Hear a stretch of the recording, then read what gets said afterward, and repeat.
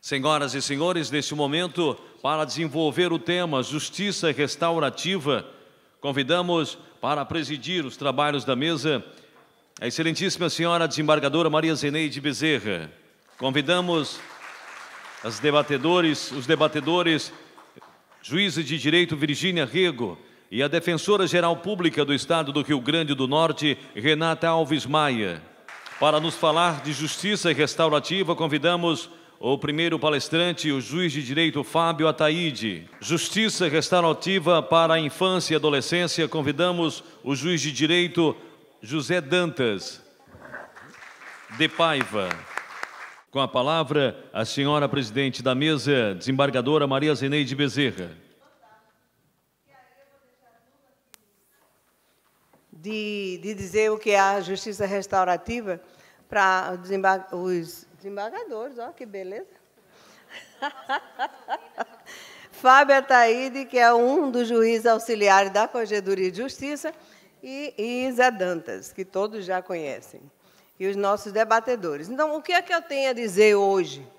É que esses são atitudes do Tribunal de Justiça que vêm vindo ao longo do tempo. E nós não temos assim um parâmetro absoluto das Filipinas. Nós temos um parâmetro muito maior, que são os gregos, onde a gente vê que os gregos resolviam tudo nas praças públicas, tudo, absolutamente tudo. E isso é esse viés que, desde que eu sou juíza, que faz um bocado de tempo, que a gente viu a distância do judiciário e do povo. E é esse povo mesmo que anda de sandália, que anda desprotegido, que paga os nossos salários e que a gente faz uma barreira dos diabos para que eles não se juntem a nós. Esta é a atitude do Tribunal de Justiça do Rio Grande do Norte, onde levamos mais de quase 1 milhão de pessoas nas praças públicas, desde 2007 a hoje. Vendo a quem? Olha que coisa inimaginável. Um desembargador numa praça pública, andando, e como o Saraiva fez lá em Maxaranguape, até ajudando os garis para recolher o lixo. É uma coisa que ninguém, na minha época, é uma coisa horrorosa. Ninguém chegava perto de um desembargador. E essa história de desembargador, de excelência, isso é que atrapalha o mundo. Nós não precisamos dessas nomenclaturas. Nós precisamos de atitude do judiciário. E nós fazemos essa atitude, nós fazemos a diferença. Vocês viram aí na conciliação, na mediação, que eu acho fantástica. E nós temos aí à frente quem? Nosso desembargador Cornélio, que nada mais é do que um belo de um conciliador. Aliás, belo em todo sentido, porque o cara é uau. Eu queria ter um processo para ele, só para eu estar olhando para ele. Pelo amor de Deus, um horror de lindo, é um monumento, um grego, né? Como a gente já disse. Então, é isso que leva a atitude do judiciário. É juntar com a OAB, juntar com a Defensoria, juntar com o Ministério Público, e vamos dar as mãos, e vamos deixar de fricote, de excelência. Minha gente, o povo não quer saber disso, não. O povo quer saber de ir lá, sair lá de Pureza, de Rio do Fogo, chegar junto ao juiz, e o juiz está ali, não marcar audiência, não marcar coisa nenhuma. Ele só teve dinheiro para ir lá em Ceramirim naquele dia, naquela hora. Pediu dinheiro emprestado. O povo é pobre, o povo é humilde. E o povo, gente, pelo amor de Deus, todas as vezes que nós chegamos nesses lugares, todos que nós andamos, não só com justiça na praça, não só dentro das escolas, que é a camada mais importante de tudo, porque tudo isso que nós estamos vendo tem uma única e exclusiva palavra que tem que ser evidenciada, que é a educação. E nós estamos aí, comemorando este ano, 10 anos. A Elane falou, naquela época em que a gente andava nas escolas, e andamos hoje ainda, em 27 municípios do Estado, levando os valores, os pilares, as cores, como arco-íris que o tribunal tem nas mãos, uma grande potência de chegar perto do povo. E aí, já passou meu tempo, né? Nós queremos dizer que este seminário tem apenas uma única mão que vai num caminho assim, rodeado de flores, de árvores, para a gente trazer o mais humilde, trazer a população para dentro junto dos nossos juízes, dos nossos promotores, dos nossos advogados, defensores, etc. E aí compreender e ter feedbacks desse povo. Você não sabe a grandeza que a gente tem, nós juízes, nós servidores, nossos serviços postos numa praça pública. Semana que vem vamos estar lá na comarca que é tão querida pelo desembargador Cornélio, que já passou lá mais de 3 anos substituindo, lá no Alto Oeste. A alegria do povo de receber. A alegria é tanta que traz assim, até tapioca para a gente comer. A gente deve estar com a cara danada de fome, né? Mas não é. Não é. A gente leva essa alegria do povo através dos casamentos. Pessoas que nunca tiveram a oportunidade de saber que um dia iam casar e casam naquele serviço de excelência posto nas ruas, nas alamedas, nas praças públicas, como os gregos faziam. E fazemos aqueles casamentos que encanta todo mundo que tem essa participação. Então, essa justiça restaurativa, e só voltando aí o tema rapidamente, é tudo isso que a gente pensou em 1980. Nós precisamos restaurar, nós precisamos fazer com que as pessoas se comuniquem, as pessoas se identifiquem, as pessoas deixem dos preconceitos de lado e façam com que a justiça seja feita por nós mesmos. Agora, você imagine, eu brigo com meu marido, quero me separar, aí vou para onde? Vou lá para Zé Dantas. O que é que Zé Dantas tem com a minha briga? Pode me dizer? Eu mesma, eu com meu marido, eu com alguém da família, eu com alguém de fora, resolvamos os nossos problemas. Ei, gente, falta muito bom senso. Falta muito bom senso no povo que nos procuram. E aí eu digo que o acesso da justiça é aquele realmente que a Constituição Federal diz. É um acesso amplo e restrito. Qualquer coisa que chega, olha, chega absurdos nas nossas mãos. Não é, Zé Dantas, Fábia Taíde e os outros juízes que estão aqui olhando. Coisas horríveis que, eu fico pasma, eu ficava quando era juíza de 1º grau, eu continuo juíza no 2º grau. Então, o povo precisa de quê? Disso que nós vamos fazer hoje à tarde, lá em Monte Alegre. Monte Alegre vai nos receber na audiência pública. E por que essa audiência pública? Para a gente saber os feedbacks do povo que está ali, para melhorar os nossos serviços. Isso, sim, é a atitude de um tribunal moderno, inovador, um tribunal conhecido nacionalmente, um tribunal que não tem nenhum tribunal no mundo, claro. Ninguém chega perto, na Europa, de um juiz. Nos Estados Unidos, nem pensar. Mas nós, sim, estamos aí, junto do povo, mudando a feitura. É uma quebra de paradigma daquele juiz, antigamente, não dava nem bom dia ao povo, e tem hoje ainda, viu, pela caridade. Tem juiz que não sabe nem onde é a secretaria. Mas a gente, com esses falares todos, essas conversas todas, esses que a gente faz de vez em quando, a gente vai quebrando essa distância do juiz, que é muito importante na comunidade, se ele quiser trabalhar. Então, é isso que eu estou dizendo. Vamos ouvir os nossos palestrantes, Fábio Taíde, que é um baita de um cara, viu? Eu adoro esse rapaz. Não é? Ele lá em Ceará Mirim, todo mundo queria ser, viu, Cornélio? Queria que os processos passassem por ele, que ele é humano demais. Aí, enquanto eu dizia, mulher, você levanta aí, você tem doença alguma? Tem alguma coisa que impeça você de trabalhar? Porque você quer se separar do cara, diz que não presta para nada e quer dinheiro dele. Não, mas, Fábio, Era uma beleza, era uma maravilha lá em Parnamirim. Tanto é que era chamado do colírio. Ele é bonito mesmo. Os olhos verdes deles se encantavam com os verdes canaviais de Cearamirina, não?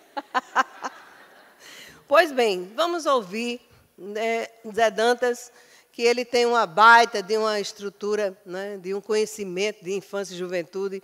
Eu acho que é o primeiro do país que eu conheço. E aí a gente vai ver, nessa justiça restaurativa, como podemos fazer. Porque precisamos, sim, precisamos dizer. Então, uma obrigada a todos e dizer que eu vou ter que me ausentar, infelizmente. Deixo na presidência dos trabalhos o juiz corregedor auxiliar, doutor Fábio Ataíde, ok? Pois não, Fábio.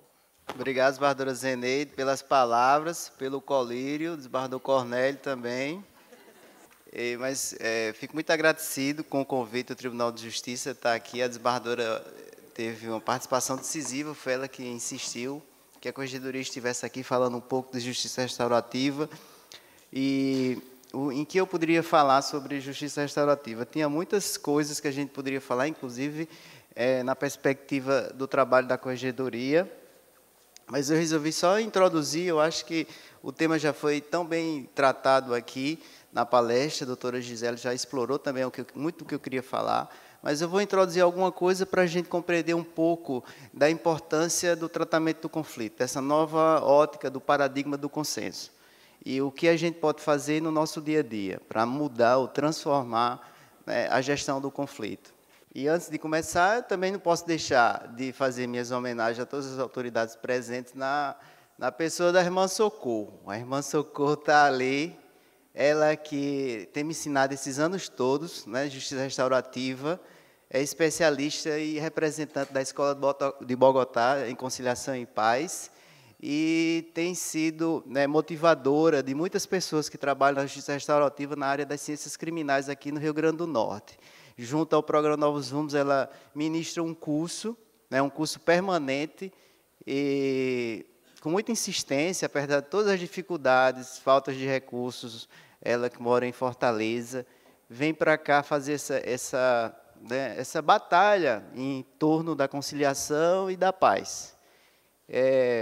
Eu não posso deixar, irmã Socorro, de registrar a sua e pedir uma salva de palmas para a senhora, pelo trabalho lindo que é desenvolvido aqui com os voluntários da Pastoral Carcerária. A política de tratamento, rapidamente, eu gostaria de colocar essa gestão, essa política judiciária do tratamento dos conflitos. Ela fica bem mais clara a partir da resolução 70 do CNJ, essa resolução 70 que define, né, exatamente o planejamento estratégico do CNJ, representa de forma processual a política judiciária para tratamento de conflitos. E o que é que a resolução 70 do CNJ diz? Isso em 2009. Nessa mesma época, em 2009, nessa mesma época lá em Mossoró, eu iniciei um programa de conciliação prévia, né, antes na Vara de Família de Mossoró. Antes da parte entrar com a ação, eu já fazia conciliação prévia. Inclusive, isso foi uma técnica da Inovare, que na época foi registrada no programa Inovare, foi aceita pelo programa Inovare. E bem, eu não tinha muita noção de como fazer essas conciliações, mas quando a parte ia entrar com a ação, ou entrava com a ação já, antes de fazer qualquer sítio, já encaminhava para um núcleo, né, de conciliadores. E esses conciliadores eram estudantes voluntários, servidores, né, era algo muito primitivo mesmo, muito primitivo, né? Pegava o servidor e colocava um terno dele e dizia, pronto, agora você é conciliador. Era mais ou menos assim. A gente tinha um curso, fazia um curso de conciliação, mas algo ainda rudimentar. A técnica foi se aprimorando, né, de lá para cá, tudo se transformou, inclusive do ponto de vista teórico. Mas nessa resolução, a resolução 70, ela já traz uma questão muito interessante para o Poder Judiciário, que é esse compromisso com a missão de realizar a justiça. Como realizar a justiça? E como o judiciário, né, qual é a visão do judiciário? Ser reconhecido pela sociedade como instrumento efetivo de justiça, equidade e paz social. Isso é um compromisso muito grande e essa missão e essa visão não se realiza pelo método tradicional de resolução de conflito. Esse método tradicional de resolução de conflito é o método de adjudicação. No método de adjudicação, que segue o paradigma do conflito, o conflito é resolvido de forma impositiva. Ele é centralizado na pessoa do juiz, auxiliado por outros profissionais, e ele impõe uma decisão. Ele não resolve o conflito, ele solve o conflito. E durante muito tempo, eu mesmo fui agente de resolver o conflito na perspectiva de solução do conflito, que é diferente de solução do conflito, de resolução do conflito. A solução do conflito está muito mais preocupado com o término do processo. Impor uma decisão final e fazer uma pacificação, mas que é uma pacificação falsa. É uma pacificação falsa. A pacificação verdadeira você não alcança, em muitos casos você não consegue a pacificação com o modelo de adjudicação. Então, o juiz ele precisa entender que ele não vai pacificar por meio de sua sentença. A sentença não é instrumento pacificador, em muitos casos. E olha o que é que acontece, principalmente depois do CNJ. Quando eu cheguei no judiciário, Virgínia também, nós chegamos, o judiciário tinha pouco mais de 7 milhões de processos. 7 milhões de processos. Quantos processos tem hoje? Quantos processos judiciários tem? Já cerca de 100 milhões de processos. Na minha comarca, eu tinha 150 processos quando eu cheguei. Você se lembra, Virgínia, na sua? 300 processos. Ela tinha o dobro, olha, muito mais trabalho. Uma carga de trabalho de 300 processos. Eu tinha 150. O juiz vizinho em Serra Negra tinha 75 processos, me lembro completamente. Ele colocava todos os processos num saco e levava para a comarca, para casa, para despachar. Hoje, o judiciário tem 100 milhões de processos. Isso aconteceu, basicamente, por conta das ondas de acesso. Né? Então, você tem momentos de inclusão, as ondas de acesso promoveram um movimento grande de inclusão, e inclusão principalmente dos hipossuficientes. Então, houve uma inflação de hipossuficientes no judiciário, inflação dos direitos coletivos difusos e transindividuais. Então, todas essas ondas de vamos incluir os hipossuficientes, os interesses coletivos, os interesses difusos, isso começa basicamente a partir de 1988. O judiciário tinha pouco mais de 300 mil processos antes dessa onda. 300 mil processos em 1988, quando começaram as ondas. Quais as ondas? De inclusão dos hipossuficientes, das demandas transindividuais, houve um salto. 10 anos depois, o judiciário já estava com milhões de processos. E hoje alcança a cifra absurda, que eu não sei, já perdi a conta, o Justiça em Números de 2015 já estava com mais de, a gente vai ver aqui, mais de 90 milhões de processos.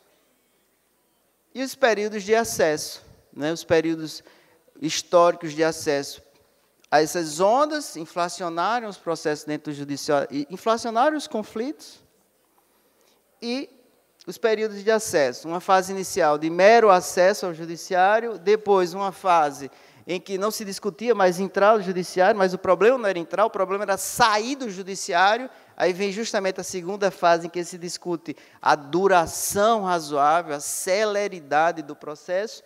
E, por fim, o momento em que o que a gente está agora é a efetividade. A efetividade. Então, você encontra essas fases, essas ondas, nas metas do CNJ.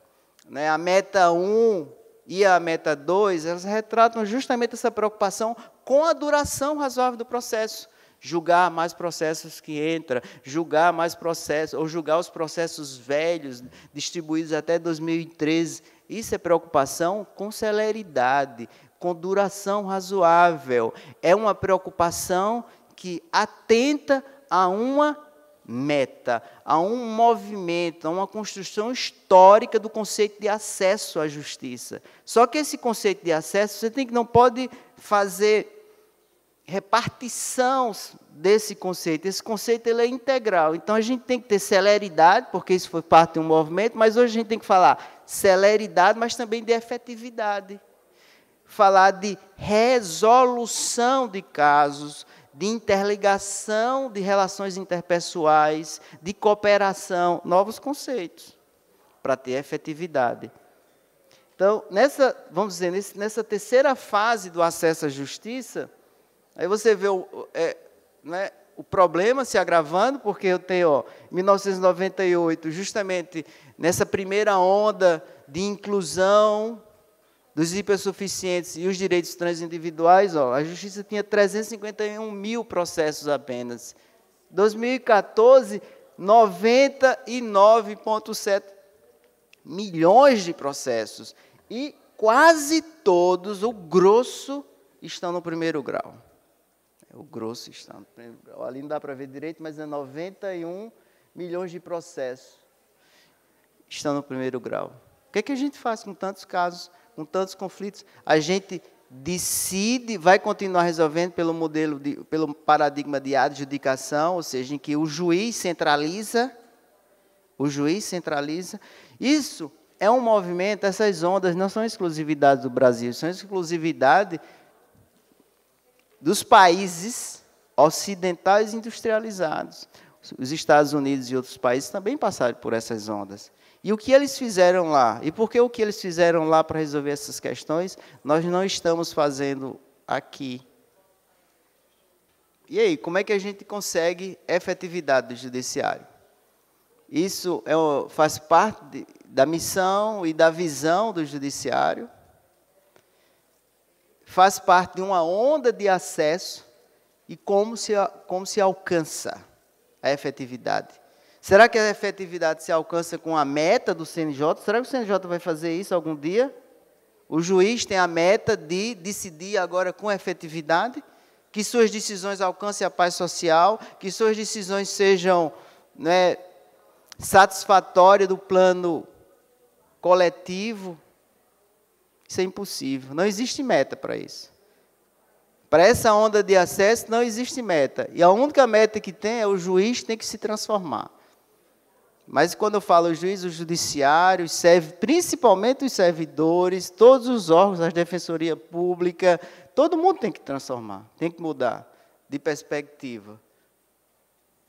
Para qual perspectiva? O CNJ sinaliza isso claramente em duas resoluções. A resolução 125 e a resolução 225. A resolução 125, que trata da política judiciária de tratamento adequado de conflitos, e, mais recentemente, a resolução que trata da justiça restaurativa, a 225. Essas duas resoluções são resoluções que mudam o paradigma no tratamento do conflito. Sai do paradigma do conflito para o paradigma do consenso. Esse paradigma do consenso, observem, esse paradigma do consenso já foi regulamentado pelo CNJ antes do Código de Processo Civil. E hoje ele está claro no Código de Processo Civil. E esse paradigma do consenso implica em transformação da maneira como a gente entende o conflito, como a gente atende as partes, como a gente distribui os casos. Olha aqui, artigo 6º do Código de Processo Civil. Todos os sujeitos do processo devem cooperar entre si para que se obtenha em tempo razoável. Isso é uma onda de acesso do judiciário. Mas cooperação é algo novo. Cooperação é algo novo. Decisão de mérito justa e efetiva. Onda do judiciário, a onda de acesso. O artigo 6, ele recepciona a onda de duração razoável dos casos mas que não é uma duração apenas por si. É uma duração que implica uma resolução com cooperação e que se obtém, assim, uma decisão de mérito justa, o princípio da supremacia do mérito, e efetiva. Como é que a gente alcança isso? O judiciário, com 99 milhões de casos, é incapaz de resolver os seus casos. Essa é a constatação. Essa é a constatação. Os Estados Unidos, eles resolveram isso, né, a partir de pesquisas, principalmente desenvolvidas pelo professor Frank Sander. Frank Sander, na década de 70, foi fazer pesquisas na Suécia e identificou que os casos da sociedade de fato, da união estável entre pessoas, eram resolvidos de uma fórmula, por um modelo inadequado, dada a complexidade da situação. Eu mesmo me lembro, logo quando eu entrei no judiciário, que peguei um caso de duas mulheres que viviam em união estável, e todo mundo sabia, mas que elas se resolveram se separar e entraram com uma ação de dissolução de sociedade, de comércio. E a palhaçada é que todo mundo ali, desenvolve aquele processo, eu, o advogado, o promotor, todo mundo lá, as testemunhas, como se aquelas duas mulheres tivessem um comércio, divisão do comércio.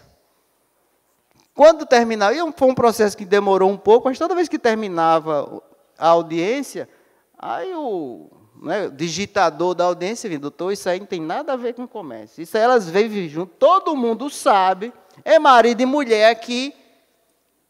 E olhe, eu dei a decisão nesse caso, resolvendo essa sociedade comercial, o mesmo problema do professor Frank Sander na Suécia. Ele via os casos de uniões de sociedade de fato, que eram resolvidos de uma forma totalmente aleatória à complexidade do caso. Quando ele volta para os Estados Unidos, ele volta pensando na criação de um sistema de justiça global no sentido de entender a complexidade global do problema, e que depois esse sistema de justiça global foi denominado pelos advogados de Multi-Door Courthouse, né? Sistema de múltiplas portas. Para resolver o conflito, você tem que perceber a complexidade em sua plenitude do conflito. E o judiciário não faz isso. O juiz não tem, do ponto de vista das limitações do processo, o mundo é o processo, ele não consegue alcançar a complexidade do conflito.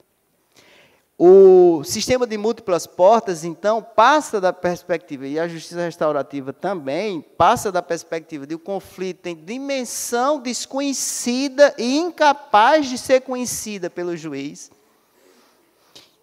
incapaz de ser relevada, relevada pelas testemunhas, e que agora eu preciso encontrar essa dimensão, trazer novos conceitos, dar importância a sentimentos. Isso é justiça restaurativa. Encontrar os sentimentos. Quais são os sentimentos que estão envolvidos nessa questão? Me lembro claramente de um caso, de uma ação de exoneração de pensão alimentícia, em que o pai pedia a exoneração da pensão alimentícia da filha, que já tinha atingido 30 anos, e a filha dizia: ele nunca me visitou. A primeira vez que eu encontro com o pai, nesses 20 anos, foi hoje, numa audiência de exoneração de pensão. Mas ele não sabe que todo ano eu compro um presente para ele. E não dou. E que passo na rua dele, isso foi em Mossoró, propositadamente, para ter a felicidade de eventualmente encontrá-lo na rua. E que um dia, eu passando em frente, em frente à casa dele, tomei a coragem de pedir água, bater na porta, pedir água. Ele abriu a porta de cima e disse que a água estava quente. E o pai insistiu em pedir exoneração. Tentei o acordo, não teve solução. Foi feita a exoneração. Quando terminou a audiência, eu pedi ao pai, dê um abraço na sua filha. Ele se recusou. Eu insisti 2 vezes, ele se recusou. Insisti 3 vezes, ele se recusou. O advogado disse que eu estava constrangendo o cliente dele. Quando eles saíram, ela saiu por um lado e ele saiu por outro, se encontraram na porta e se abraçaram. E não se soltaram. Começaram a um pedir perdão ao outro. Está vendo? A justiça que ignora os sentimentos. Um abraço foi suficiente para resolver o litígio. E no dia seguinte, ele foi no meu gabinete pedir um abraço. Está vendo como é? Agradecer pelo encontro. Agradecer pelo encontro. Às vezes a gente tem que forçar para que os sentimentos se encontrem. Lá em Mossoró mesmo, em outro caso, uma mãe abandonou o filho, uma jovem adolescente abandonou o filho. Eu tomei uma decisão que foi bem criticada. Eu obriguei ela a amamentar o filho. Obriguei ela a amamentar o filho. E, na época, as pessoas escreviam no jornal, ei, isso aí ela não é vaca leiteira, não, né? Porque ela tinha hora para amamentar, ela abandonou o filho, mas ela tinha que ir a cada 3 horas na casa da avó, tal, fazer a amamentação. 4 semanas depois, ela estava pedindo a guarda desse filho. A mesma adolescente que tinha abandonado o filho. Estava lutando pelo filho. Tinha despertado um sentimento de maternidade que ela desconhecia. Com 16 anos. Buscar os sentimentos, encontrar laços, relações interpessoais. Esse é a lógica do paradigma do consenso. A lógica da efetividade. Entender que o conflito agora é algo que é superior às partes. Ampliar o rol de partes. Quem são as partes do conflito? Não são mais 2 pessoas ou 3 pessoas, são todos, é a comunidade. Trazer a comunidade para o conflito. Mudar o papel do juiz. O sistema de múltiplas portas faz com que o juiz entenda a complexidade do caso e distribua o caso. Ele é um gestor do conflito, ele faz a distribuição segundo as variadas técnicas que podem ser disponibilizadas. Mediação, conciliação, justiça restaurativa, negociação direta. O modelo de paradigma do conflito tradicional, a justiça tradicional, ela trabalha com a ideia de dividir o bolo. E a negociação é a chamada negociação distributiva. Eu vou negociar, mas vou tentar negociar para eu ganhar mais a parte do bolo. No modelo do paradigma do consenso, a negociação ela é cooperativa. Eu não vou dividir o bolo. Eu vou somar para construir o bolo para que todos tenham proveito. Todos tenham proveito.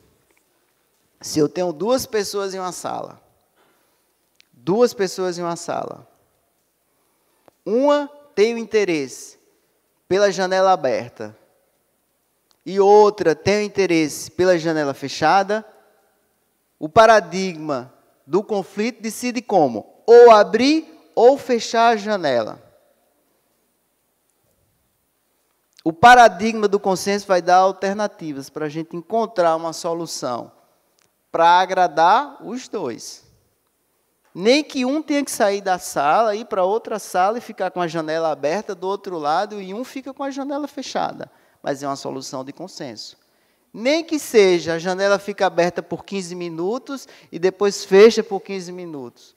Nem que seja, fecha a janela e instala um ar-condicionado para garantir a ventilação de quem quer a janela aberta. Mas a gente dá uma solução, mas uma solução que mantenha o vínculo, e que agrade as duas partes. Isso é efetividade. Isso é efetividade. Para manter o vínculo, para agradar as duas partes, então eu tenho que pensar em quê? Em adaptação processual. Adaptação das formas. Não existe uma forma uniprocessual, como o modelo do paradigma do conflito adota. Um único processo capaz de resolver todos os conflitos. Agora nós estamos na fase pluriprocessual. Vários processos, várias formas de processo. E tratamento do conflito de acordo com a particularidade de cada caso. E você comece a perceber isso dentro de sua casa. Comece a perceber essa necessidade dentro de sua casa. E depois leve de sua casa para o trabalho. Eu aplico lá em casa técnicas de justiça restaurativa e de comunicação não violenta na relação com os meus filhos. Se não der certo lá em casa, eu não vou ter sucesso no trabalho. Se eu estou obtendo sucesso em casa, é porque alguma coisa funciona para resolver os conflitos. Como é que eu resolvo os conflitos com os meus filhos? Como é que você resolve os conflitos com o seu filho? Segundo o paradigma do conflito, você impondo, dando ordem, fazendo exigências? Ou não? Ou segundo o paradigma do consenso? Como é que você quer, no final de semana, que resolva seus problemas? Lavar a louça, por exemplo. Quem é que vai lavar a louça? É uma ordem ou é uma cooperação? Você lava e eu enxugo. Ou você lava hoje e amanhã eu enxugo. Você faz o almoço. O que é isso? Isso é justiça restaurativa. Cooperação, entendimento, empoderamento. Negociação distributiva, não. Negociação cooperativa.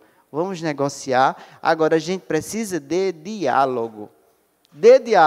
Justiça restaurativa é uma fórmula de decidir conflito. A gente usa para decidir conflito. Usa para tomar decisão. E usa para dialogar, simplesmente. A Corregedoria de Justiça já está aplicando técnicas de conciliação e autocomposição de conflitos, inclusive em casos reais, envolvendo magistrados.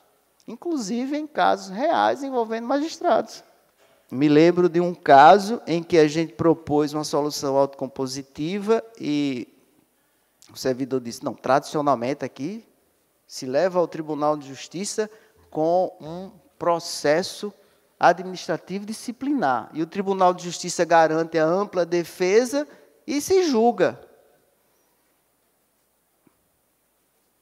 Isso vai resolver o conflito? Vai satisfazer o que a gente quer? Para quê isso? Não, para no final das contas aplicar uma advertência. Advertência é o velho paradigma do conflito, em que eu entendo que existe uma autoridade superior, e essa autoridade superior atribui a culpa a alguém. No paradigma do consenso, não há autoridade superior. Todos estão no mesmo nível. Se não há autoridade superior, se todos estão no mesmo nível, nós não somos mais capazes de atribuir culpa a alguém para que alguém seja reprovado e advertido de algo. O que é que a gente ganha com a advertência? Por que não chamar o juiz, conversar com ele e ele tomar consciência da sua autorresponsabilidade e mudar o seu comportamento? A teoria de Habermas, do agir comunicativo, diz justamente isso. Você consegue a paz social pelo diálogo, pelo entendimento, pela conversa. O diálogo, a conversa, o entendimento é uma forma poderosa poderosa de transformar as pessoas. Então, vamos começar a dialogar mais dentro do judiciário, fazer círculos restaurativos lá dentro do trabalho, fazer o check-in, quando chegar no trabalho, fazer o check-in, né? Dar o bom dia, mas um bom dia que seja bom dia, né? Aquele bom dia, estou passando, e tchau, mais nunca, não. É tchauzinho de check-out. Todo dia é um círculo restaurativo no trabalho que se inicia. Consciente ou inconscientemente, a gente chega no trabalho, tem que fazer a aproximação, fazer o acolhimento, tratar dos problemas, dialogar em círculo, e quando for sair, fazer a despedida, inclusive, se for o caso, a nossa cerimônia de encerramento. Nem que seja com uma oração, ou com um tchau, ou com uma mensagem alegre. Vamos fazer isso todo dia? Isso é paz. Obrigado.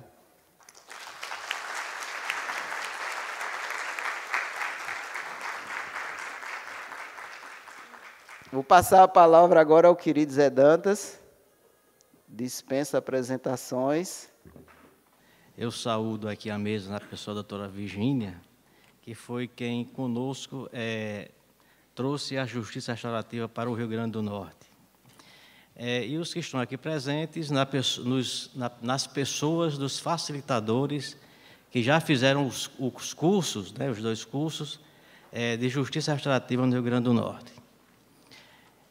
E eu estava aqui imaginando como começar esse momento, né, de justiça restaurativa. O doutor Fábio falou, e alguém poderia questionar: qual é o conceito de justiça restaurativa? E aí eu estava ouvindo o doutor Fábio, vou pedir licença a ele, doutor Fábio, amigo, para usar suas palavras para poder conceituar o que é justiça restaurativa. Justiça restaurativa é uma alternativa à justiça comum. Eu não sei se vocês perceberam, isso ele fez quando ainda era juiz em Mossoró, talvez não o fizesse hoje, mas ele disse que determinou a uma mãe que amamentasse o filho e que surtiu efeito, e 3 dias depois ela pediu a guarda do filho. É justiça restaurativa, no sentido estrito da palavra. Estou trazendo aqui para reflexão.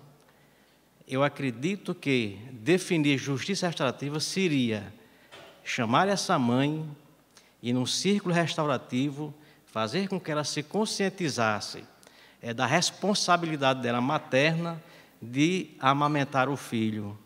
E ela o faria de forma espontânea e definitiva. Poderia ser uma ação mais demorada, mas eu acredito que sim, permanente. Então, justiça restaurativa é uma alternativa à justiça comum. A justiça em que o juiz determina e a parte cumpre. A justiça restaurativa é essa alternativa que diz: a senhora tem responsabilidade com o seu filho e vai amamentá-lo de uma forma consciente e espontânea. Então, é essa alternativa que nós queremos buscar na construção de uma cultura de paz diferente da cultura que existe hoje. E eu digo isso, doutor Fábio, com todo respeito à decisão que Vossa Excelência tomou, que o senhor tomou lá em Mossoró. Então, a justiça restaurativa é essa alternativa que nós temos para aplicar em todos os meios sociais, em todos os conflitos sociais existentes, quer seja dentro de casa, na sociedade, na comunidade e até mesmo na vida profissional.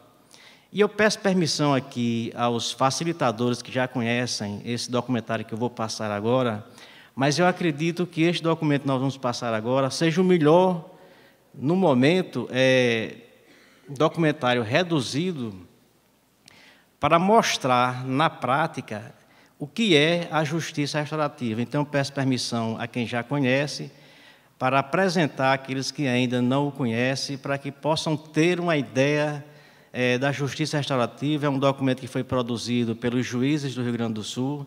O doutor Leoberto está à frente desse trabalho. E foi o juiz que me procurou há pouco mais de 10 anos para que nós criássemos e trouxéssemos para o Rio Grande do Norte essa nova forma de justiça, né, que é uma justiça muito mais social que jurisdicional. Vamos acompanhar.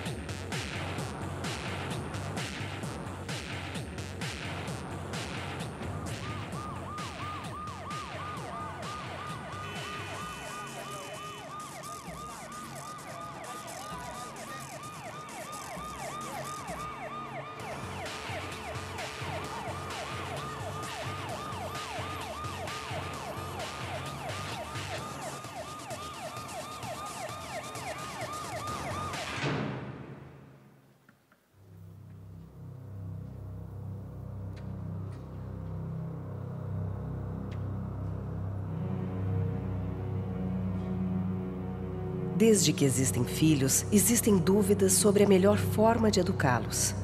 As gerações se sucedem e as perguntas continuam sem respostas. É possível educar sem punir? Punir sem traumatizar? Estabelecer limites e responsabilidades sem ao mesmo tempo culpar e castigar? É possível fazer justiça sem violentar? Os desafios que perturbam gerações de pais e educadores hoje são também os desafios da justiça e da segurança pública.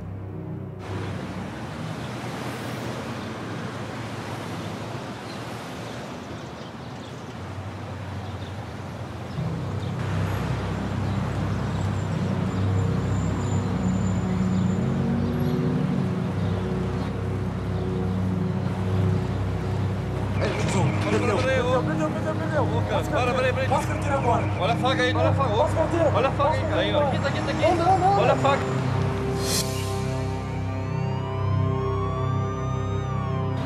O que fazer para estancar a escalada de violência? Na maioria das vezes, as soluções apontadas transitam entre dois extremos. De um lado, existem aqueles que propõem o endurecimento da repressão em nome da garantia da ordem pública. Outros pregam maior ênfase na prevenção do crime e no tratamento do ofensor.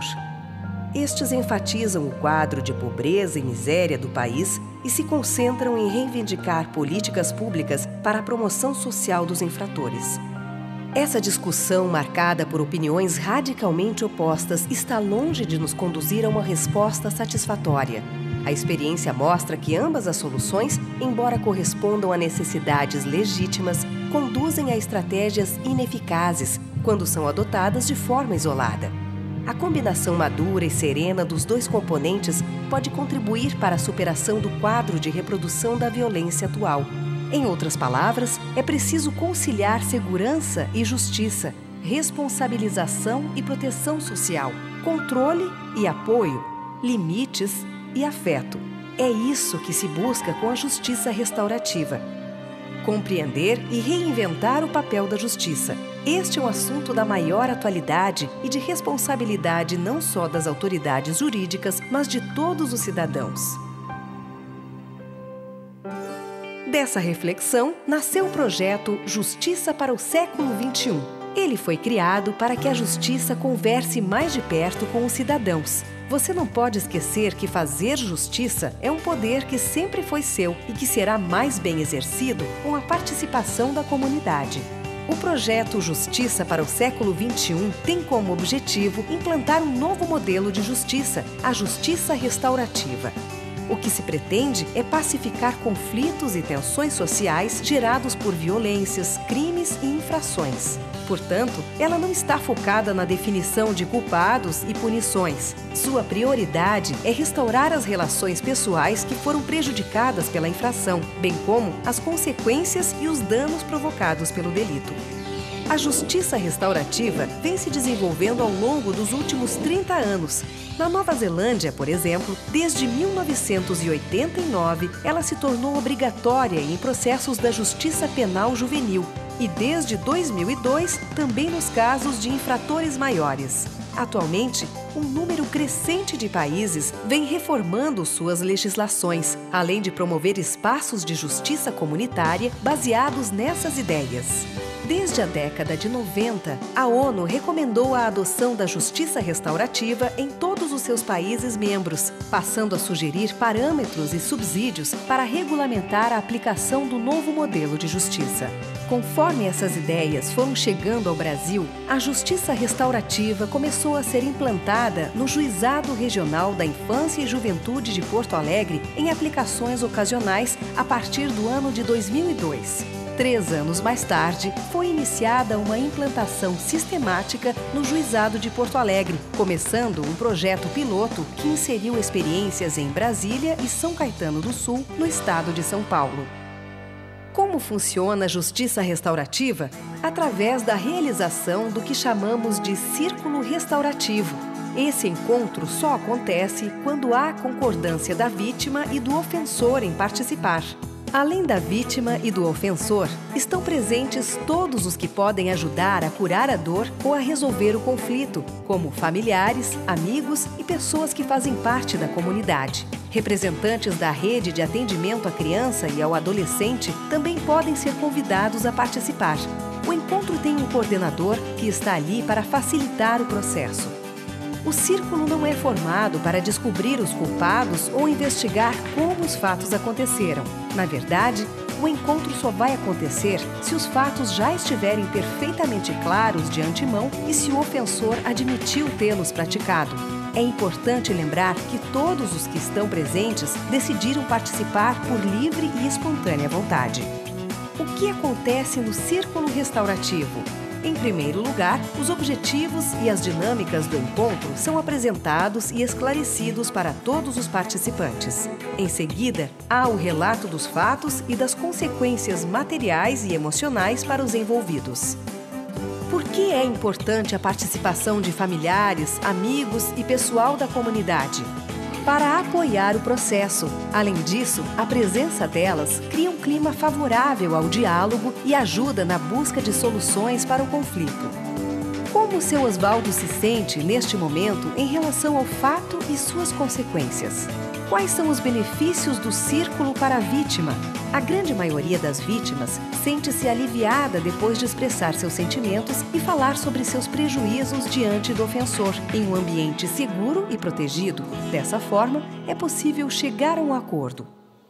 Eu sou uma pessoa simples, sou um homem trabalhador e eu sempre fui um homem honesto. E aí, de repente, vem uma pessoa e te tira o que tu tem. Tu te sente uma pessoa impotente. E eu tive que acabar procurando um médico, tomando remédio para os nervos. Eu já não tenho mais coragem de sair de casa. Eu, saindo na rua, me sinto preocupado. Olhe bem para o meu tamanho. Meu tamanho não pôs medo. O que eu me sinto, na verdade, é impotente. Me sinto preocupado. Estou com minhas contas atrasadas, não tenho meu dinheiro para pagar minhas prestações. A senhora, como mãe, deve estar se sentindo tão humilhada e tão impotente quanto eu. Eu também tenho filhos. E, com certeza, não saberia aonde me pôr numa situação como essa. Quando o ofensor tem a chance de ouvir o relato da vítima, ele consegue enxergar as reais dimensões de seu ato. Com isso, poderá assumir efetivamente suas consequências e sua responsabilidade diante do que praticou. Essa experiência é fundamental para que ele se coloque no lugar da outra pessoa e encare a responsabilização como uma oportunidade de aprendizagem e crescimento. Jefferson, tu poderia dizer com tuas palavras o que o seu Oswaldo acabou de contar para nós aqui?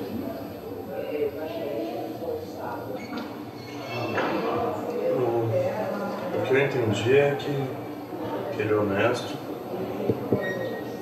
que ele ficou nervoso e que o dinheiro fez falta para ele. Eu nem pensei em nada, eu só queria o dinheiro para ir no som. Eu sei que roubar é errado, mas eu acabei pensando só do meu lado. Como eu não tenho nada para fazer, eu acabo ficando sozinho e acabo indo pra rua. E agora eu fico pensando, se um garoto entra lá em casa e rouba as coisas da mãe, do avô, eu também ia ficar indignado. Eu não desejo isso pra mim, nem pra minha família, nem pra ninguém. Nem pro seu Oswaldo.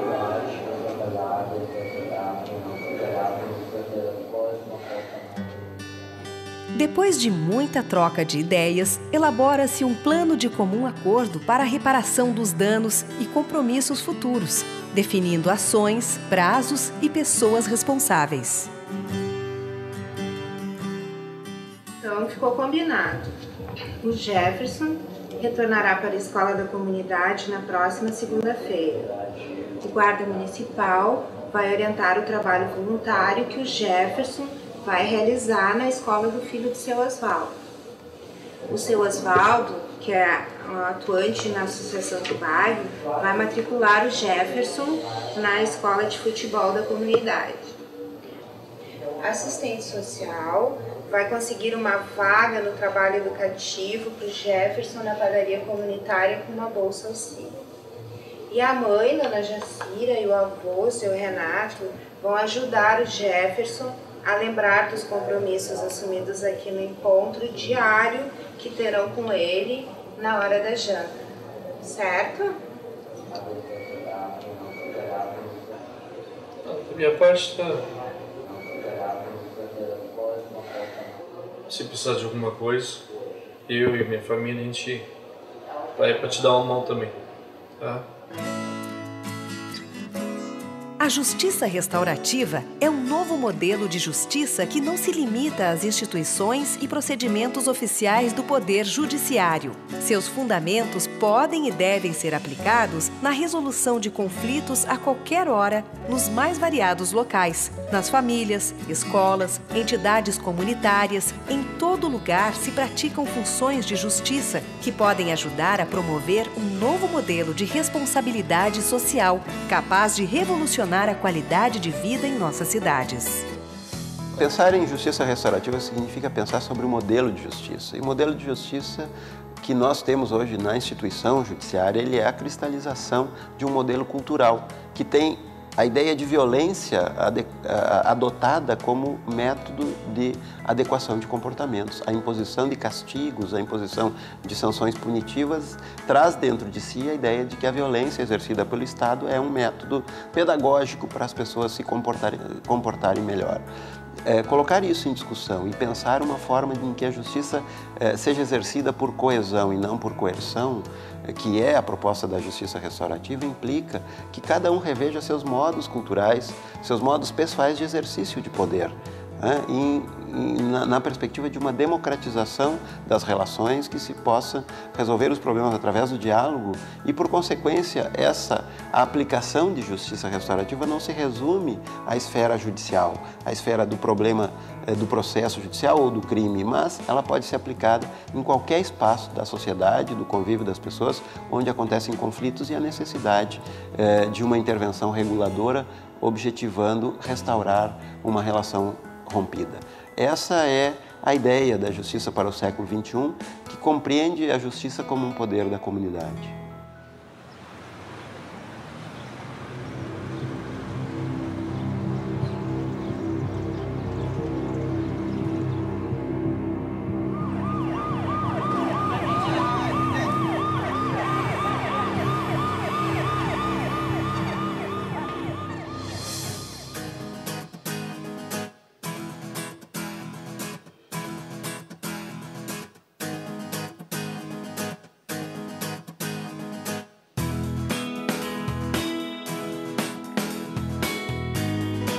E aí, Zé Maria, tudo bem? Oswaldo, tudo bem?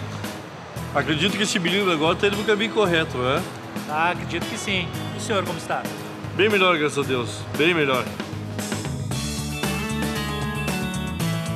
A justiça restaurativa está sendo construída aqui e agora pelas comunidades que desejam um futuro com paz e segurança.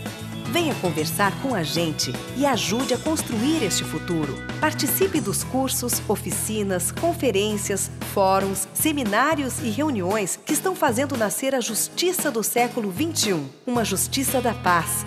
Fale conosco pelo site www.justiça21.org.br. Justiça para o século XXI. A justiça como o poder da comunidade.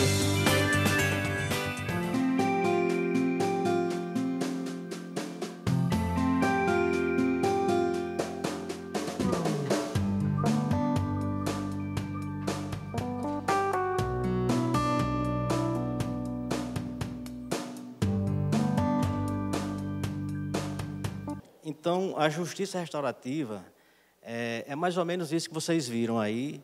Eu acho que foi um momento de passar para vocês, de uma forma bem objetiva e prática, o que é justiça restaurativa e por que ela chegou no Rio Grande do Norte. Como eu disse no início, nós somos procurados há pouco mais de 10 anos por Leoberto, que é esse juiz que acabou de falar no vídeo, e ele quis implantar também no Rio Grande do Norte a justiça restaurativa. Só que nós tínhamos, à época, um outro serviço para atender, mais ou menos na mesma linha, que se chamava Amor Exigente. E nós atendíamos as famílias e também os adolescentes dependentes químicos e também em conflito com a lei. E naquela época nós pedimos um tempo para poder decidir com os colegas se seria necessário ou não. E à época nós decidimos ficar com o Amor Exigente e outros serviços, e o Amor Exigente, a justiça restaurativa poderia vir depois. Só que os conflitos aumentaram, e vocês são testemunhas disso, que a violência aumentou na sociedade. E as decisões judiciais, por si só, não estavam sendo suficientes para resolver situações conflituosas, tanto no âmbito social quanto familiar. E nós começamos a pensar na possibilidade de trazer para o Rio Grande do Norte a justiça restaurativa. E aí nós procuramos Leoberto, que é esse juiz que está adiantado, o Rio Grande do Sul está adiantado em relação ao Rio Grande do Norte 10 anos, para começar a pensar a possibilidade de trazer esse novo método, essa nova metodologia de atendimento, que é um método alternativo à justiça tradicional, comum, que aplica a lei e espera que a sociedade cumpra, especialmente as partes envolvidas. E a exemplo do que eu fiz no passado, porque sempre quando nós estamos trazendo um novo serviço, você quer conhecer antes. Foi assim quando, por exemplo, a Ana Rosa está aqui, sabe disso, quando nós queríamos trabalhar com adolescentes infratores e usuários de drogas, para nós podermos entender o que é dependência química, nós tivemos que nos internar. E nós fizemos isso lá em Campinas, numa comunidade terapêutica, para nós podermos entender o que é uma comunidade terapêutica, como se faz o tratamento de um adolescente, de um jovem e de um adulto. Qual é o comportamento dele em relação ao tratamento? É de aceitação ou ele vai de forma coercitiva, obrigada pela justiça? Que situação é essa? Nós passamos 5 dias lá, sem que ninguém soubesse que nós éramos juízes, exatamente para entender e compreender o comportamento das pessoas. Da mesma forma, nós fizemos agora com a justiça restaurativa. Então, nós fomos ao Rio Grande do Sul, passamos uma semana no Rio Grande do Sul, para conhecer o programa de perto, não participar ativamente dos círculos restaurativos, mas pelo menos para entender como esse atendimento ele pode ser institucionalizado pelo Poder Judiciário. Porque trazer coisas novas e institucionalizar, eu costumo dizer que, além de não ser fácil, é difícil. E por uma questão cultural, né? Acreditar em um serviço diferente. E aí nós fomos conhecer no Rio Grande do Sul, e no ano seguinte, já em 2015, agora, nós fizemos o primeiro curso de justiça restaurativa no estado do Rio Grande do Norte para 25 facilitadores, que é o número médio aceitável pelo programa. E aí nós realizamos esse curso com a ideia de não fazer um curso fechado para o Tribunal de Justiça, somente para servidores, mas trazer todos aqueles órgãos e segmentos sociais que trabalhavam na rede de proteção à criança e ao adolescente, dentro do sistema de garantia, especialmente aqueles órgãos que tinham trabalho direto com adolescentes em conflito com a lei, que era a nossa ideia inicial. Mesmo tendo consciência que essa metodologia também pode ser utilizada com crianças e adolescentes em situação de risco, fragilidade social, com violação dos direitos. Mas como nós somos juízes que trabalham com o adolescente em conflito com a lei, nós decidimos primeiro trazer e fazer essa experiência com adolescentes que estão em cumprimento de medida socioeducativa. Foi feito o primeiro curso, e aí a dificuldade foi criar critérios. Quem deveria primeiro fazer esse curso de justiça restaurativa? E aí nós encontramos aqui a doutora Virgínia, que estava à época desenvolvendo uma dissertação de mestrado sobre esse tema, e que se agregou à ideia para trazer e participar do primeiro curso. Quem vai participar desse curso como facilitador, o primeiro do Rio Grande do Norte? Primeiro critério, ter alguém do judiciário? Sim. O primeiro critério era ser do judiciário. Mas será que esses servidores irão desenvolver esse trabalho? Nós não temos o cargo de facilitador no Poder Judiciário. Então, quem seria? Então, seria alguém vinculado a essa área, ou da infância e juventude, ou da área criminal. Porque a ideia não era trabalhar só na infância e juventude. Quando alguém pensou em trazer o curso, não foi para restringi-lo à infância e juventude, mas que fosse uma opção para todo o judiciário, tanto na área criminal, quanto na área do estado de pessoas, família, violência doméstica, com uma certa restrição no início, e outras áreas. E aí nós trouxemos também alguém da área criminal. E como trazer a sociedade civil organizada para cá? Porque nós queríamos pulverizar essa ideia, não só no judiciário, nem nas instituições, mas também na própria comunidade, nas entidades não governamentais.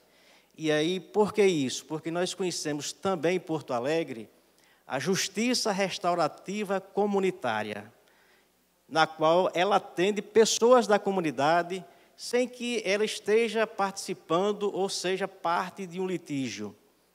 São situações conflituosas existentes nas comunidades e as comunidades, por intermédio das suas organizações, tentam resolver esses conflitos. E aí nós conhecemos uma instituição ligada à Igreja Católica, mas pode ser também ligado a outras religiões, desenvolvendo esse trabalho, tanto preventivo quanto restaurativo.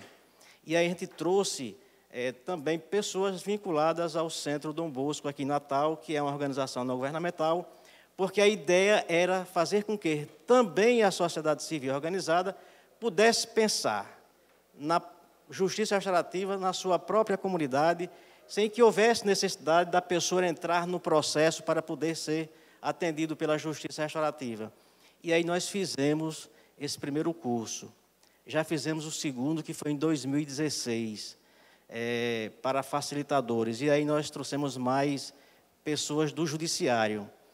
Sem esquecer também que no primeiro nós trouxemos pessoas ligadas ao Ministério Público, com a ideia de se trabalhar o sistema de garantia, judiciário, Ministério Público, Defensoria Pública, Delegacia de Polícia, Segurança Pública. Então, foram pessoas que foram capacitadas para trabalhar desde o ingresso do adolescente no sistema de atendimento socioeducativo até a parte final.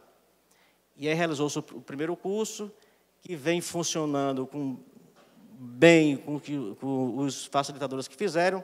Fizemos o segundo curso para facilitadores, que foi já em 2016, e é um projeto para fazer um terceiro curso agora em outubro ou novembro. E a ideia agora é fazer esse curso para magistrados. Para magistrados, naturalmente, e também para servidores. Por que magistrados? Porque se o magistrado não aderir à ideia da justiça restaurativa, ela não vai funcionar na sua comarca. Então, o ideal é que ele conheça a metodologia, a filosofia de atendimento e as regras da justiça restaurativa para poder fazer com que ele a aplique nos seus processos e na sua comarca. A previsão é essa. Então, a justiça restaurativa está instalada no Rio Grande do Norte, ainda de uma forma precária. Ela não foi institucionalizada oficialmente ainda. Não há nenhuma resolução do Tribunal de Justiça, nem portaria, nem provimento, nada que a crie. Ela está funcionando hoje de forma precária dentro do SEJUSC. E é uma discussão que nós estamos travando dentro do tribunal para saber onde ela vai ser instalada. Se no SEJUSC, no PUMEC, se na Coordenadoria da Infância e Juventude, se na Coordenadoria da Mulher, nós não sabemos ainda. O que nós queremos, e já chegou, é que esse programa chegou, ele está à disposição do Judiciário e especialmente daqueles que esperam uma intervenção do Judiciário para resolver situações e conflitos pessoais e sociais das pessoas. A experiência que nós estamos tendo é uma experiência positiva. Nós iniciamos primeiro nos juizados especiais com os processos de doutora Virgínia. Ela escolheu os processos, porque é por isso que o juiz tem que participar, para conhecer e identificar o momento e quais são os processos a serem encaminhados para o programa. Porque não adianta o juiz entender que poderá ir, mas se não for o caso da justiça restaurativa. Então, primeiro funcionou nos juizados especiais e agora começou a funcionar ainda de forma muito tímida nas execuções dos processos das medidas socioeducativas. Nós mandamos 10 processos, a informação que eu tenho é que 5 já estão sendo atendidos, 5 processos, as partes envolvidas, 5 estão para serem distribuídos com os facilitadores e nós esperamos que seja uma experiência boa, porque na Infância e Juventude, onde foi a primeira experiência no Brasil, está funcionando bem, tanto no Rio Grande do Sul, com o Léo Alberto, quanto em São Paulo, com Marcelo, um juiz chamado Marcelo Salmaço, e com Eduardo Rezende em São Caetano, que vem funcionando e está dando resposta. Então, a ideia era trazer para cá essa possibilidade desse serviço crescer como alternativa à justiça tradicional. E dizendo ao doutor Fábio que eu aproveitei a sua fala, citei alguns exemplos, mas dizer que, a partir de agora, o juiz tem que conhecer a justiça restaurativa para poder dizer, identificar, é um caso de justiça restaurativa ou não, e aí poder fazer esse encaminhamento. Pegando o caso do doutor Fábio, eu vou pegar esse caso para poder dizer, citar como exemplo. Se naquele caso, o doutor Fábio, ao receber o processo, fizesse uma análise e ele tivesse na comarca dele uma equipe de justiça restaurativa na qual pudesse atender essa mãe e ele dissesse, eu determino que ela amamente ou eu encaminho para o núcleo de justiça restaurativa. Ele determinando, ela vai cumprir. Diz, eu recebi uma ordem, mas uma das características da justiça restaurativa é o diálogo, a conversa não violenta, são as palavras menos ofensivas, agressivas. Eu determino ou eu encaminho para um núcleo de justiça restaurativa para que os facilitadores daquele grupo pudessem mostrar à mãe que ela tem um dever como mãe, é muito mais que um dever, é um vínculo que alguns colegas juízes chamam de chegar a dizer, é um momento de sinergia, que envolve várias pessoas, parte, uma criança, um adolescente, uma mãe que está na fase da amamentação, o próprio pai, talvez, encaminhando para lá, e esse grupo, numa situação de diálogo, convencesse essa mãe a amamentar. Essa decisão pessoal dela, independentemente de uma ordem, eu não tenho a menor dúvida que seria uma decisão muito mais consciente e muito mais definitiva.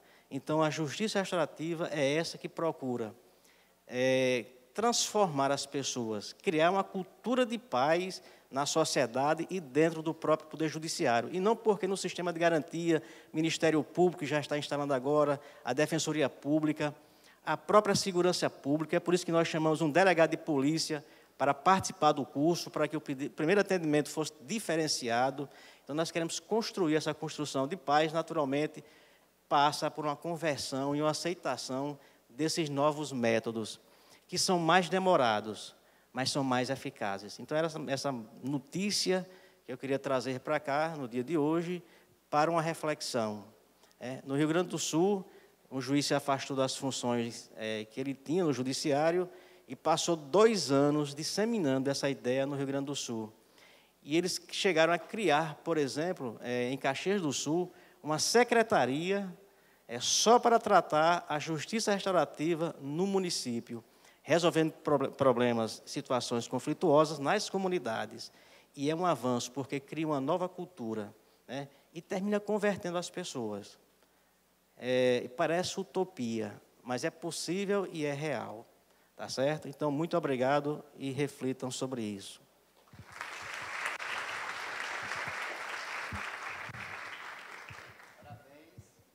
Eterno professor, eu sou testemunha que eu também fiz o curso promovido por Zé Dantas e foi fundamental para a formação, né, do trabalho da justiça restaurativa aqui entre os juízes.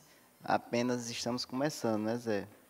Vou passar a palavra aqui à doutora Renata Alves Maia, defensora-geral.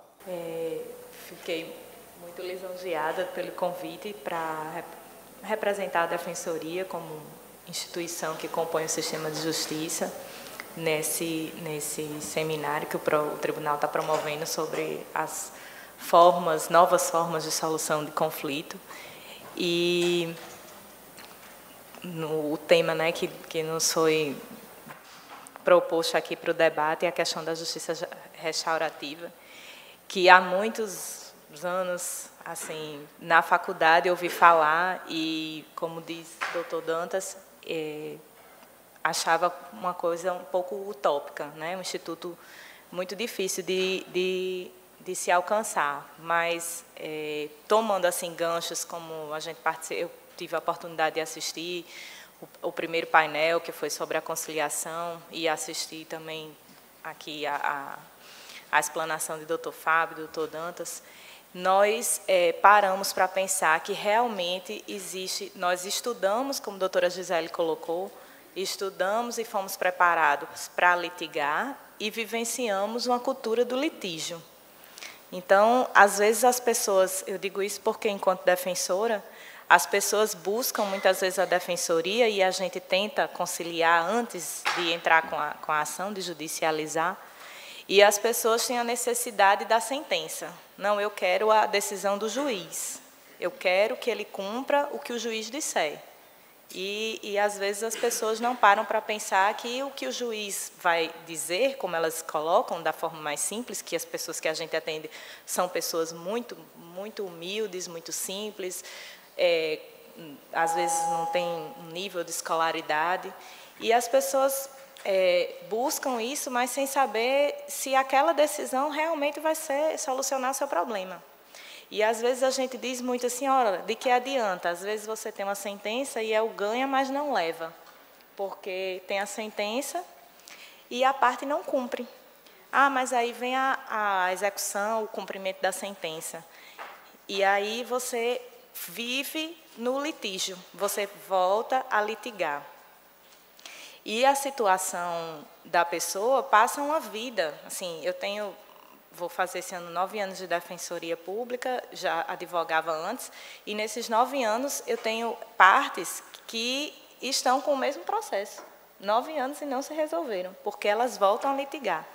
Então, assim, a justiça restaurativa, como forma de solução do conflito, ela se mostra de uma forma que ela vai para além daquele problema pontual, porque as pessoas têm conflitos além daquele problema pontual processual.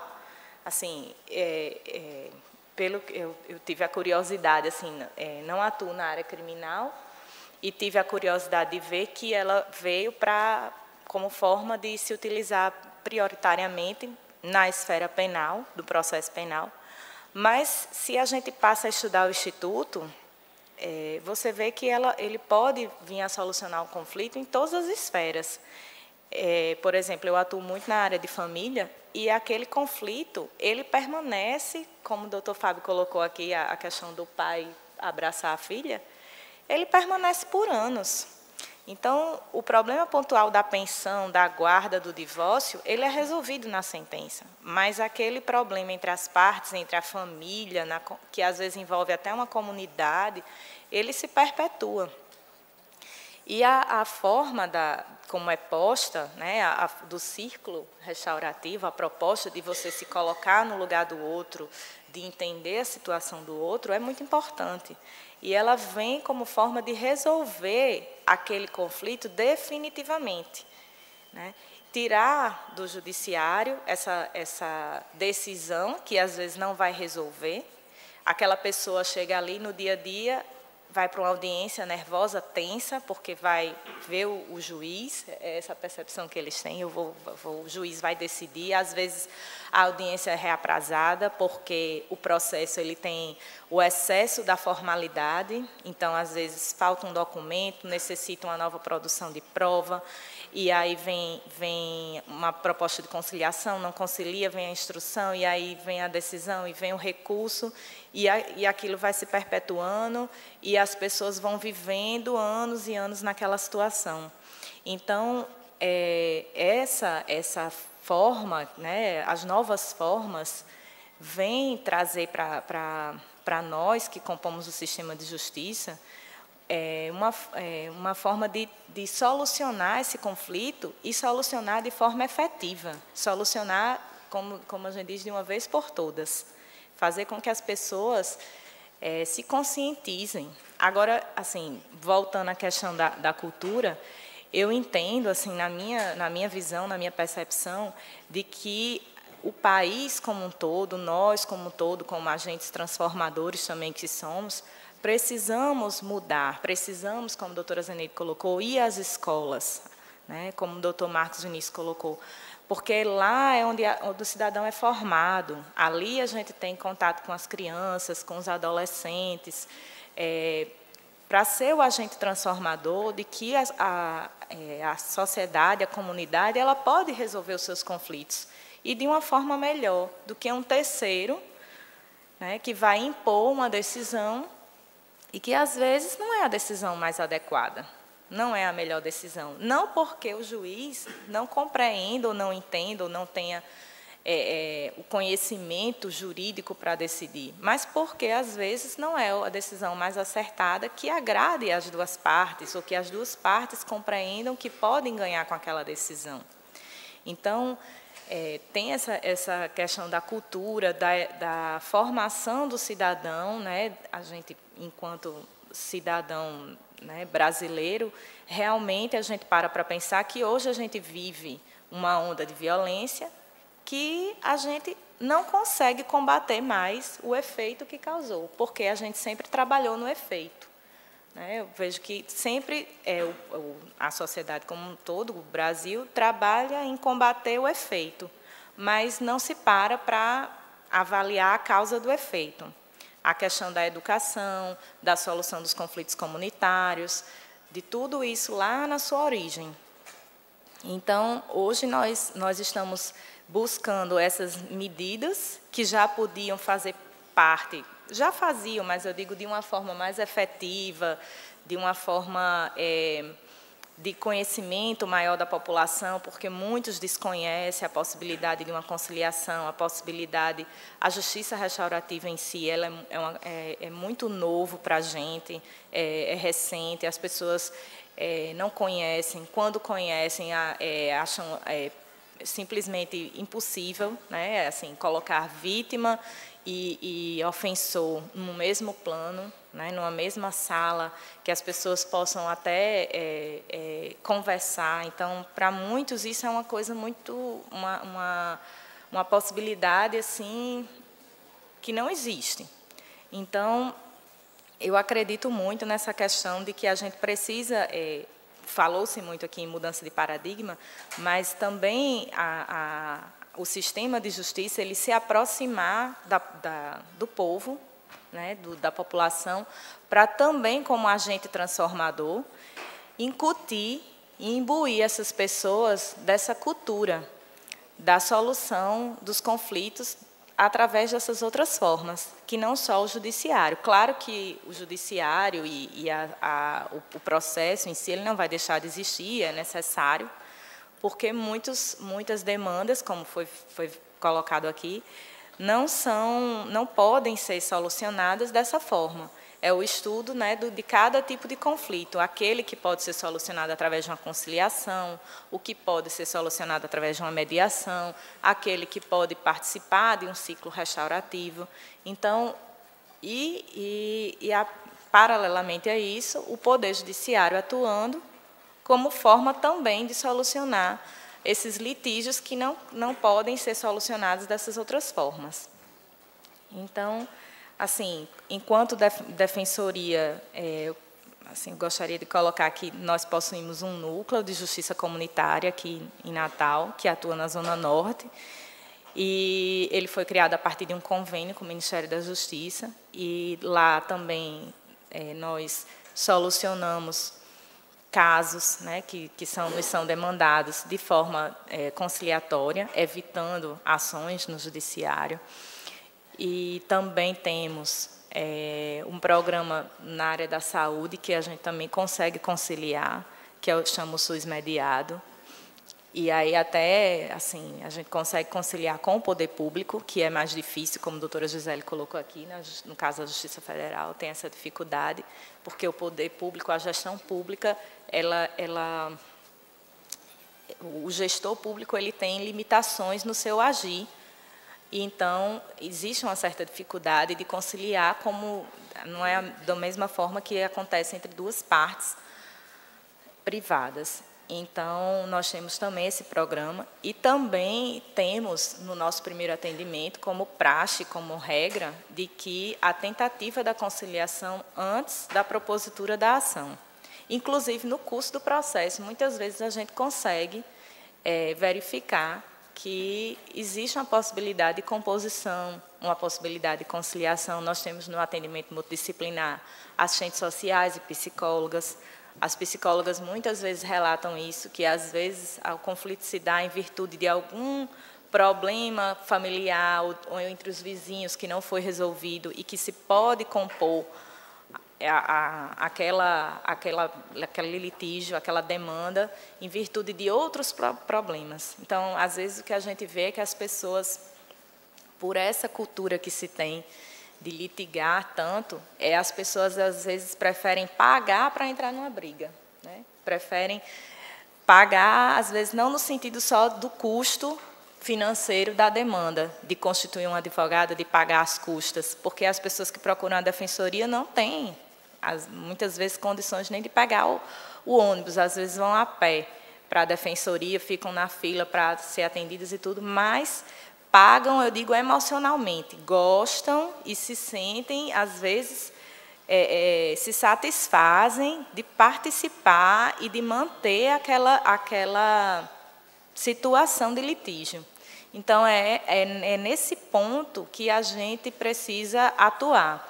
Mostrar que aquilo cria um ciclo vicioso, contamina, às vezes, a família, a comunidade, e que a solução ela é importante. Ela vem a se mostrar importante para a sociedade como um todo. Eu gostaria até de pedir à doutora Nancy que, quando tiver a oportunidade do curso, quando tiverem outros cursos, se tiver disponibilidade para que alguns defensores participem, a gente está até trazendo, nós trouxemos uma defensora que participa, ela ministra cursos de mediação, é defensora pública no Rio de Janeiro, ela veio esse ano dar uma palestra para nós e vai vir ministrar um curso de mediação. E ela também já falou que já participou de cursos de justiça restaurativa, embora ela não atue ainda nessa área. Mas, como a defensoria também tem esse papel de mediar e de conciliar, muitas defensorias têm núcleos de mediação e conciliação. Então, a gente também está bem tentando se capacitar cada vez mais para cumprir o que está no código, e não só para cumprir o que está no código, mas também como forma de melhorar o nosso trabalho. Porque, às vezes, uma conciliação bem feita é muito melhor do que o desgaste de um processo que leva anos e anos para terminar. E de uma audiência, de várias audiências e as partes, né, ali demandando uma mesma situação sem fim. Então, essas formas de solução alternativa de conflitos, que eu acho que acredito que até um dia a gente nem chame de solução alternativa, formas de soluções de conflito. Elas se mostram bastante eficazes. Eu digo assim, eficaz no sentido de que vai realmente, como a gente colocou, solucionar o problema e não permitir que aquela demanda se perpetue. Obrigada.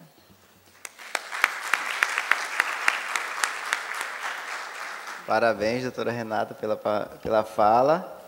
E vamos passar logo a palavra à doutora Virgínia, que também, juntamente com o doutor Zé Dantas, é pioneira e pesquisadora na área de justiça restaurativa aqui no Rio Grande do Norte. Queria saudar os presentes aqui, nas pessoas dos juízes, doutor Zé Dantas e doutor Fábio Ataíde, que também, além de ser juízes, são facilitadores de círculo restaurativo. Nós três somos os únicos juízes que fizemos o curso de círculo restaurativo aqui em Natal. Então, através dele, queria saudar todo mundo.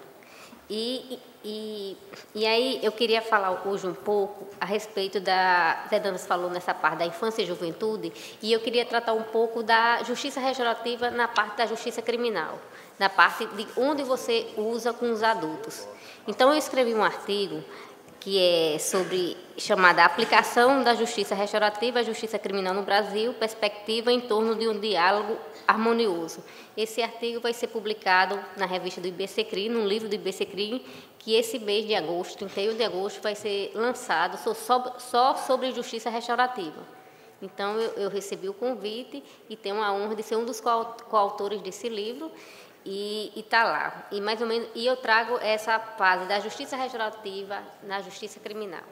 Então, o que é a justiça restaurativa, né? Essa justiça restaurativa hoje, que é uma palavra na moda, está em voga, entendeu? E todo mundo quer, e o Brasil está pipocando em todos os lugares, em todos os estados, nessa adesão de levar para dentro do judiciário a justiça restaurativa.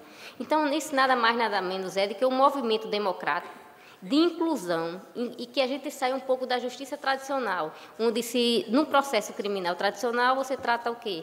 O Estado direciona aquele processo crime contra um agressor, e fica essa polarização do Estado, através do Ministério Público, em busca de um culpado, e ali vai se tratar toda aquela persecução criminal, e o processo vai desenvolver para se verificar no final, ele tem culpa ou não, se a culpa é condenado. A justiça restaurativa muda essa mentalidade, muda essa concepção totalmente para trazer um processo inclusivo. O que é que ela traz? Ela traz, além do agressor, que é um dos elementos, no caso, de um conflito oriundo de um crime, e aqui eu vou dizer que eu vou fazer... A justiça restaurativa não se trata só de crime, mas o maior recorte que a gente faz e se trabalha hoje na perspectiva criminal. Então, ou o conflito que eu vou falar aqui vai ser decorrente de crime ou de uma contravenção penal. Então, vocês, no primeiro painel, se trabalhou muito a questão civil, que você aplica a conciliação e a mediação. E agora a gente volta um pouco, como é que a gente pode trazer esse diálogo que existe em conciliação e mediação para o âmbito criminal? Onde é que a gente aplica isso e como se faz isso? E como se melhora e como se humaniza um conflito oriundo de um crime? Porque as perdas são grandes, né? O que é que a gente diz de um conflito com perdas irreparáveis no caso de morte? É possível aplicar justiça restaurativa numa criminalidade grave? É possível se humanizar? De que forma isso? Então, são essas questões que a gente tenta trabalhar. É um desafio trabalhar com justiça restaurativa, trazer essas práticas restaurativas para a parte criminal. E aí, o CNJ, na administração do ministro Ricardo Lewandowski, trouxe muito à tona. Ele quis, desde o discurso dele inaugural, quando ele tomou posse como presidente do CNJ, de trazer a justiça restaurativa para dentro do Poder Judiciário. Então, Quando começou em 2015, a gestão foi 2015, 2016, quando veio para o debate e começou aqui em Natal, o CNJ determinou que aqui em Natal fosse, começasse a debater as metas que iam entrar em 2016 sobre as metas do Poder Judiciário. E aí um dos temas era a justiça restaurativa. Eu me inscrevi porque eu fazia mestrado e queria escrever sobre essa matéria na época.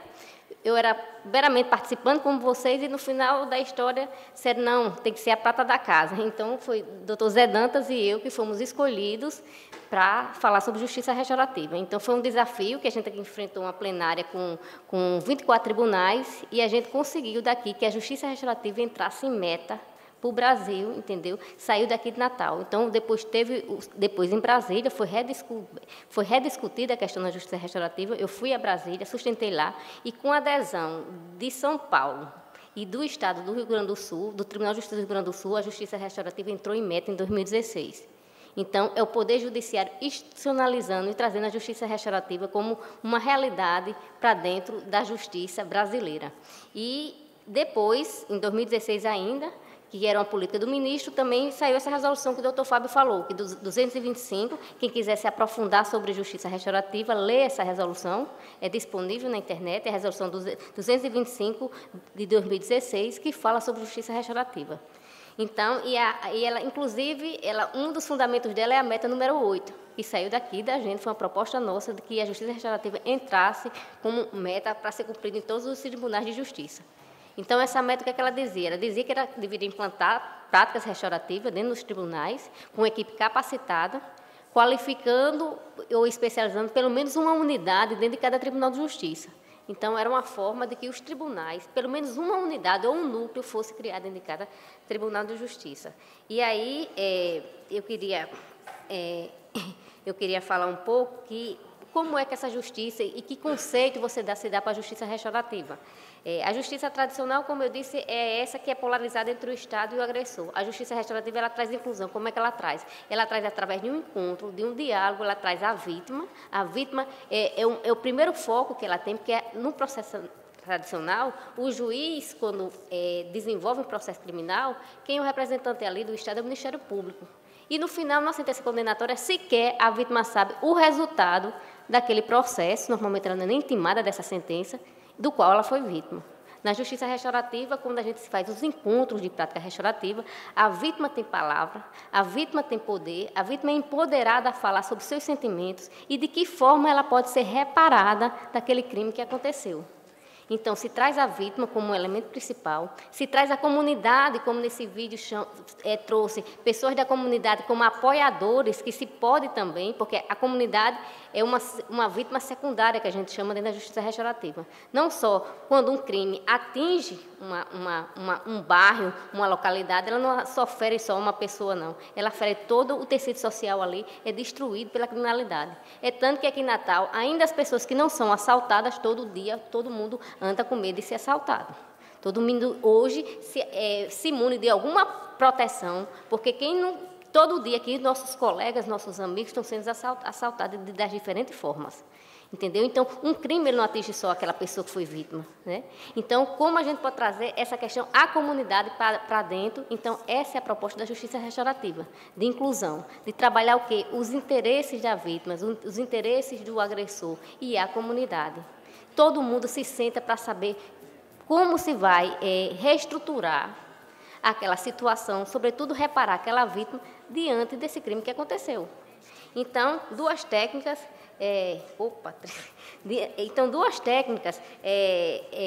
bem mapeadas aqui no Brasil. Tem várias técnicas no mundo todo sobre justiça restaurativa, assim, que se considera a justiça restaurativa.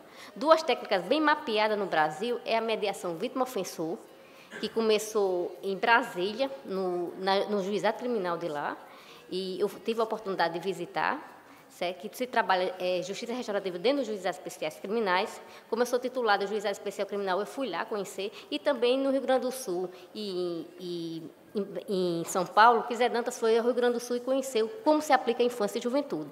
Na infância e juventude se usa mais os círculos restaurativos, São duas técnicas diferentes. A mediação, você trabalha, como vocês já ouviram falar, é o mediador imparcial tentando, através de técnicas, que se haja uma composição. E no círculo restaurativo são partes que tem todo um ritmo diferente. Você não se reúne numa sala em torno de uma mesa redonda, você se reúne em círculo, certo? Onde tem um bastão da palavra, vai passando para cada um, tem uma cerimônia de abertura, uma cerimônia de encerramento, e ali são trabalhados valores até se chegar a um consenso para se resolver.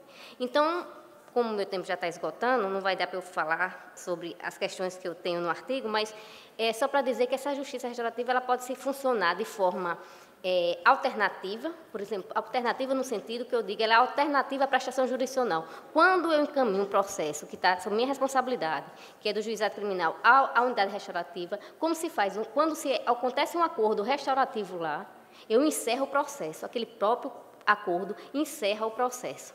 Lá se escutou vítima, o agressor, e se tentou se compor de alguma forma. Com aquele resultado, eu encerro. Quando você usa isso numa criminalidade grave, na violência doméstica, a justiça restaurativa não trabalha a causa principal, não vai encerrar o processo. Trabalha de forma complementar e tentando harmonizar e humanizar esse conflito. Então, no sentido de que não se encerra o processo quando se trabalha na criminalidade grave, em caso de violência doméstica ou na execução penal, ou na própria execução das medidas socioeducativas. Ali você vai se redirecionar aquelas pessoas para como que pode minorar os efeitos do crime, mas não se encerra o procedimento. Então, tem essas duas vertentes do judiciário. Você pode trabalhar de uma forma quando se permite uma negociação e encerrar o processo, ou trabalhar pelo menos com um apoio, um suporte para tentar minimizar os efeitos daquele crime. E aí, a experiência do juizado criminal eu vi em Brasília, que é essa que, nos processos mesmo que a gente encaminha, quando há essa compreensão do Ministério Público de encaminhar até um de ação pública incondicionada, por exemplo, de maus tratos. E quando está tudo composto lá, eles pedem desistência da ação por falta de justa causa ou interesse processual, porque foi composto, foi pacificado aquele conflito. Mas nos crimes mais graves isso não é possível. E aí não vai dar muito para eu falar sobre violência doméstica, mas eu queria dizer só que na criminalidade grave é importante saber que nem tudo que se compõe é justiça restaurativa.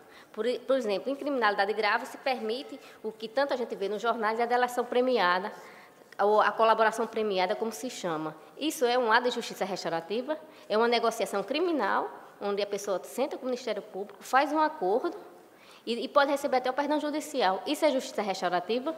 Não é. Ele não passa pelo viés da ética e dos objetivos e dos valores que a justiça restaurativa trabalha.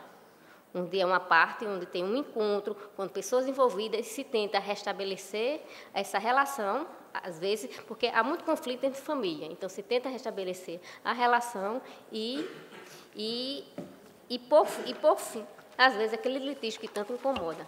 Não vai dar tempo, o prazo já terminou, mas eu queria só encerrar aqui com o que eu escrevi num dos parágrafos, que é que nesse cenário de justiça restaurativa resulta numa proposta de concretização de proteção jurisdicional, à medida que se afigura como serviço opcional, alternativo ou complementar à via judicial, através de novos conceitos e uma metodologia, buscando inovações e transformações para contribuir com um modelo de justiça mais efetivo. Então, essa é a proposta, e eu acho que o meu tempo já acabou. E aí eu encerro e fico à disposição se alguém quiser saber mais sobre